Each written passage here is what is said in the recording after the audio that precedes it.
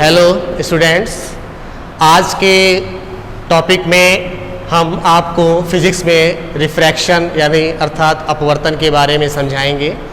Refraction क्या है? What is refraction? Refraction एक तरह से लाइट के ट्रेवलिंग को लेकर के वो प्रोसेस है जिसमें लाइट की स्पीड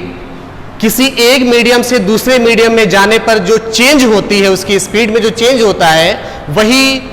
टर्म रिफ्रैक्शन कहलाता है, अर्थात अपवर्तन कहलाता है।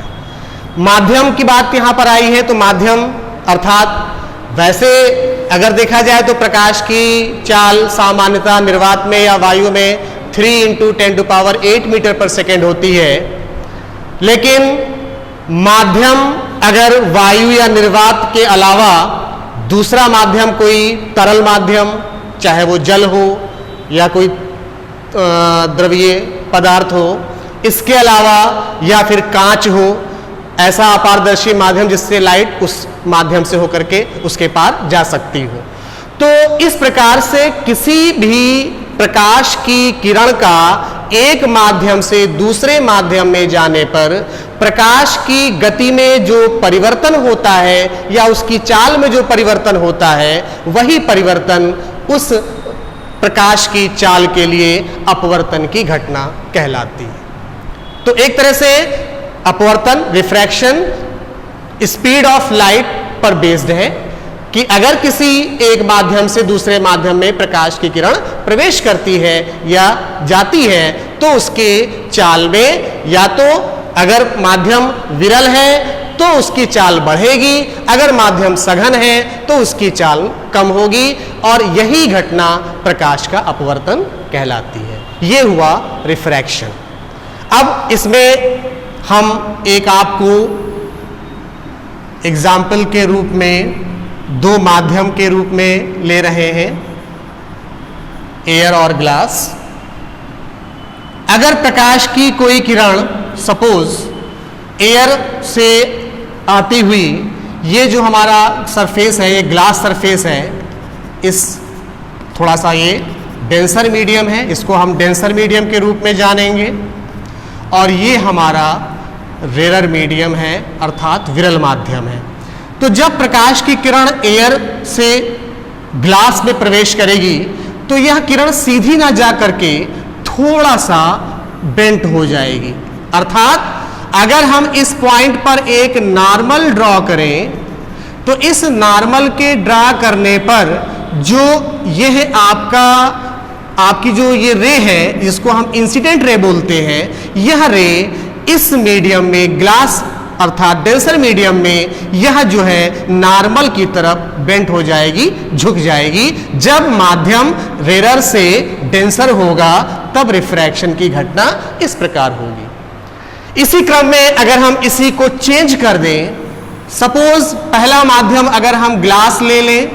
और दूसरा माध्यम हम एयर ले लें, और इसमें अगर ग्लास से होती हुई कोई भी लाइट रे एयर में अगर वह जाएगी तो वह एक तरह से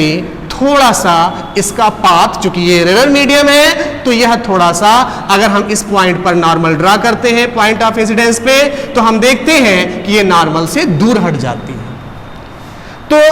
अपवर्तन यानी कि रिफ्रैक्शन प्रकाश की वह घटना है जिसमें प्रकाश की किरण एक माध्यम से दूसरे माध्यम में जाने पर अगर माध्यम विरल से सघन है तो वह अभिलंब की ओर झुक जाती है, और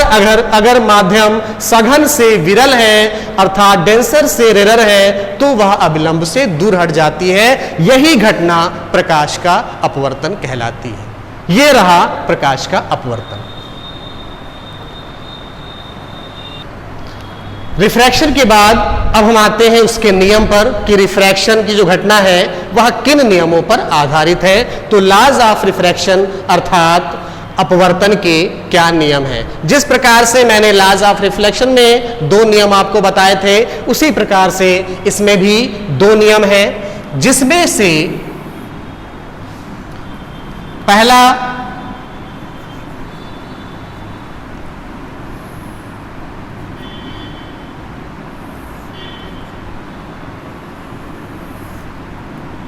सपोज ये हमारी इंसिडेंट रे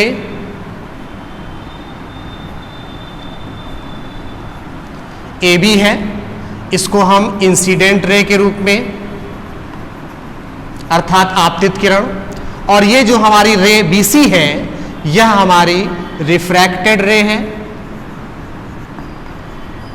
जिसको हम अपवर्तित किरण कहेंगे। इस पॉइंट बी पर यानी जो पॉइंट ऑफ इंसिडेंस है इस पर जो मैंने एक नॉर्मल ड्रॉ किया है, सपोज ये नॉर्मल मैंने मान लिया mn है। इस नॉर्मल और इंसिडेंट रे के बीच में जो हमारा एंगल बन रहा है वो angle of incidence that is angle I, और नॉर्मल और रिफ्रैक्टेड रे के बीच में जो हमारा एंगल बन रहा है एंगल ऑफ रिफ्रैक्शन, अर्थात एंगल I को हम आपतन कोण और एंगल R को हम अपवर्तन कोण कहते हैं। तो लॉज ऑफ रिफ्रैक्शन में जो पहला लॉ है वो ये है कि incident ray, refracted ray and normal at the point of incidence lies on same plane. पहले नियम में आपका incident ray, refracted ray and normal at the point of incidence lie on same plane, अर्थात आपतित किरण, अपवर्तित किरण और आपतन बिंदु पर अभिलंब ये सभी एक ही तल में पड़े होते हैं या एक ही तल पर होते हैं। दूसरा जो नियम है इसका वह इंपॉर्टेंट है। दूसरे नियम में किन्हीं दो माध्यमों के लिए आपतन कोण के ज्या तथा अपवर्तन कोण के ज्या का अनुपात सदैव एक नियतांक होता है। किन्हीं दो माध्यमों के लिए आपतन कोण की ज्या तथा अपवर्तन कोण की ज्या का जो अनुपात होता है वह सदैव एक नियतांक होता है, जिसे हम उस पदार्थ का अपवर्तनांक भी कहते हैं। इसे हम स्नेल के नियम के रूप में भी जानते हैं, और यह हमारा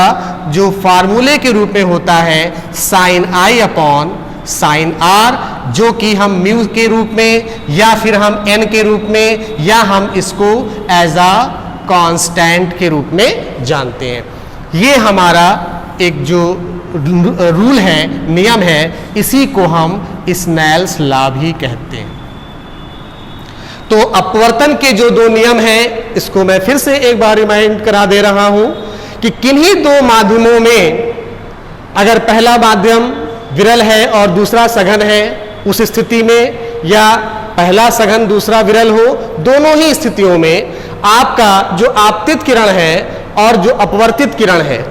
आपतन बिंदु पर अभिलंब खींचने पर जो हमारा आपतन कोण बनता है और जो अपवर्तन कोण बनता है, इनको लेते हुए तो पहले नियम में आपतित किरण, अपवर्तित किरण और आपतन बिंदु पर अभिलंब ये सभी तीनों एक ही तल में होते हैं, और दूसरे नियम में किन्हीं दो माध्यमों के लिए आपतन कोण की ज्या तथा अपवर्तन कोण की ज्या का अनुपात सदैव एक नियतांक के रूप में जाना जाता है, जिसे स्नेल का नियम भी कहते हैं। और हम इसको नियतांक के रूप में, अर्थात ये मान सदैव अचर रहेगा, परिवर्तित नहीं होगा। ठीक है, तो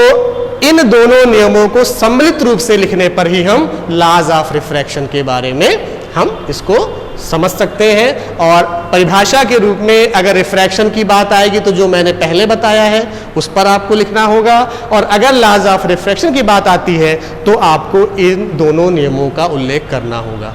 ठीक है, तो इसके बाद अगले वीडियो में हम दूसरे टॉपिक को लेकर के बात करेंगे।